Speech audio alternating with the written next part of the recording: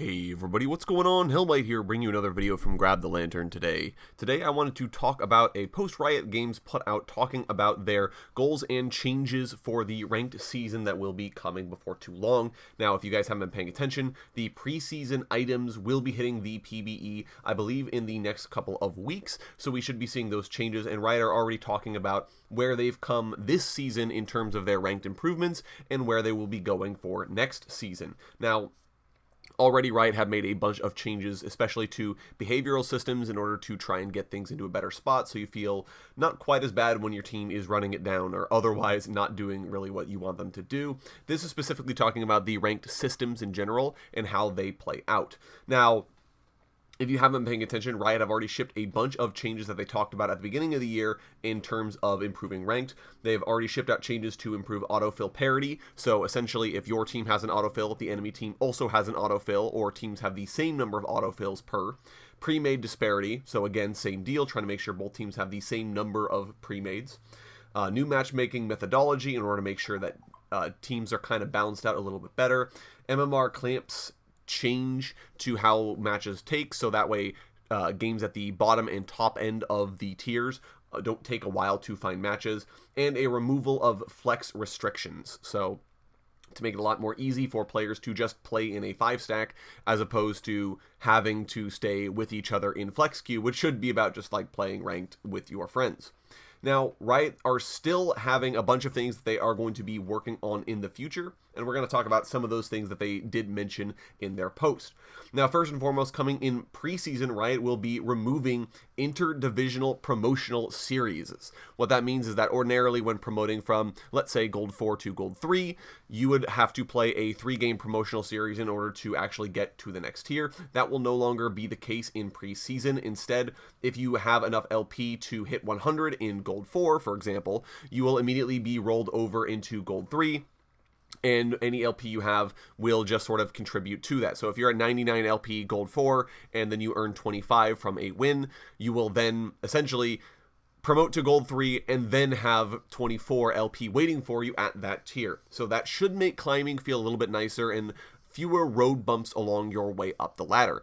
However, there will also remove the sort of demotion protections that newer players had when they first hit a tier. So what that means is that while it will be easier to promote, you just need enough LP to get to the next tier and you'll automatically jump up.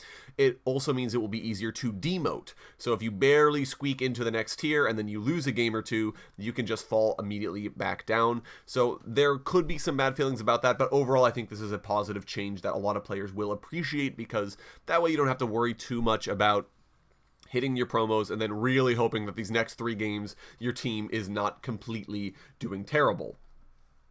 Now, Riot will also be trying to set up what they call ranked informed matchmaking in order to ensure teams are more balanced from an LP and division perspective in addition to MMR. What this means is that ordinarily ranked just looks at the MMRs of the teams and says, well, are these balanced from that perspective? Do they have the same amount of MMR or very comparable amounts of MMR? And they don't really care about anything else. What this means is that if you have a very high MMR but are, let's say, Bronze 1, you could still be placed in a game potentially with gold players who are then saying, why is there a bronze player in my gold level game? So this change is intended to make sure that everything is going to be balanced out, both from a division perspective and an LP perspective as well. So ideally, not only are the MMRs of both of these teams the same, but also the total amount of LP on both teams should be the same, and the divisions should also be the same. So what this means is that you should have essentially everyone playing in a Gold 3 game should all be Gold 3 with very similar amounts of LP in order to make sure that the games actually feel like they're perfectly balanced, as opposed to before where maybe they were, maybe they weren't. Already, they've shown their preliminary simulations are showing a 40% decrease in within-team and between-team LP differentials, with very minimal queue time increases. For the average player, it is only a 5-second increase in queue time, and for the sort of ends of the tier, it has only been another minute and 30 added onto queue time. So overall, they are very confident about it, and they will be trying to roll this out in preseason. I'm excited for it. I think it'll feel a lot better realizing that, yeah, everyone in this game was basically the same tier, so we'll see how it goes. I feel like it may cause some problems, especially if they try to tighten the bans further in order to really make sure everything is lined up and matched up perfectly. But already, if they just ship this change as is, I am quite excited for what that means for the future of Ranked. Riot will also be adding ranked seeding changes. Essentially, they were working on it in order to try and make sure that teams were seeded, or players were seeded properly at the beginning of Ranked, but they're having problems dealing with Smurfs, so while they did have sort of an experimental change set up, they realized that it wasn't really placing Smurf players quite right, so they will be putting in a new iteration of it at the start of Ranked in order to try and make it so that when you're getting initially seeded for Ranked, that you end up in a spot that actually is indicative of your skill level, rather than the system just kind of taking its best guess as to where you should actually be. And talking about seeding, Riot will also be opening up the apex of the ranked ladder at the very beginning of the season, as opposed to arbitrarily locking it for the first couple of weeks. What this means is that immediately at the start of Ranked, Master will be available to get into, so pros especially, or high-end players, can immediately start working on Ranked. The second someone hits 200 LP, they will promote themselves into Grandmaster tier, and once you hit 500 LP, they will promote themselves into Challenger tier. So ideally, that means the very skilled players, you won't have to be waiting the first couple of weeks to actually play Ranked. You'll be able to start right off the bat. It'll sort of be a fun race to see who is able to actually hit Grandmaster or Challenger first, and it also means that these players are able to sort of get out of the medium tier players' skill levels much more quickly. So as opposed to sort of ruining Plat and Diamond games, the pros will be able to immediately jump into the apex of the ranked ladder and not have to just sit there and wait for everyone else. So that will be nice. Riot are also saying that there will be no longer duo queues at Master and above. They're really trying to reinforce that it's about the best individuals at this tier, and especially that at that tier as well, most everyone knows everyone else on the server anyways, so it doesn't really matter if you have the duo or not. You should be able to kind of set that up. So I think that will be a change that will be quite welcomed amongst especially the higher tier ranked players. And speaking of some ranked content here, Riot talked a little bit about their changes to their rewards for ranked this year. Now, generally, they're trying to make it so that the ranked skins that you receive does feel like you're getting a significant reward and that you are able to sort of show off where you were able to get each season. As a result, the Victorious skin this year will come with an additional chroma for every tier you were able to reach beyond gold, which I do quite like this.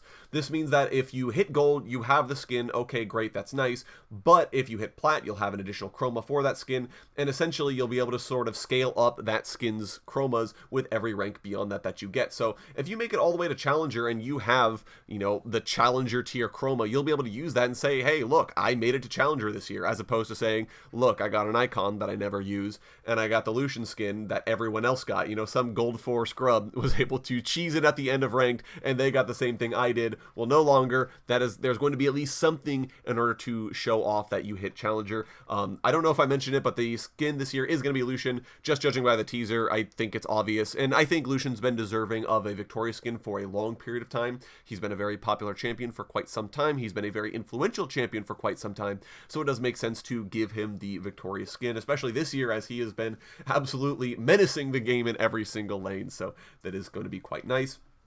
Riot will also be adding Clash-specific rewards based on VP that you've earned over the season. So if you've been playing a lot of Clash, you've been earning a lot of victory points, and you've been really, really grinding away on it and finding success, you will be receiving some additional rewards to show off that skill and show off those sort of rewards that you were able to get out. So I do quite like that. There will be a Worlds Clash tournament coming up in a couple of weeks, so if you're trying to make sure you get the top tier of those rewards, make sure you guys do compete in that final tournament, which will be some 16-team tournaments in order to really get a lot of victory points on players who are looking to cheese out the top tier of their rewards. So you guys can look forward to that coming forward as well. And that's going to be it for me today, guys. A lot of really important ranked changes will be coming in the preseason, in addition to all the item changes as well. So there's going to be a lot to be excited about in this preseason. So make sure you guys get in those ranked games and try to get to whatever tier you want to be at this season. If you enjoyed today's video, go ahead and leave a like. And if you really enjoyed today's video, consider subscribing. I upload a video every Monday, Friday, and on patch days as well. Once again, guys, thank you all so very much for watching. I do appreciate it. And I'll talk to you all later.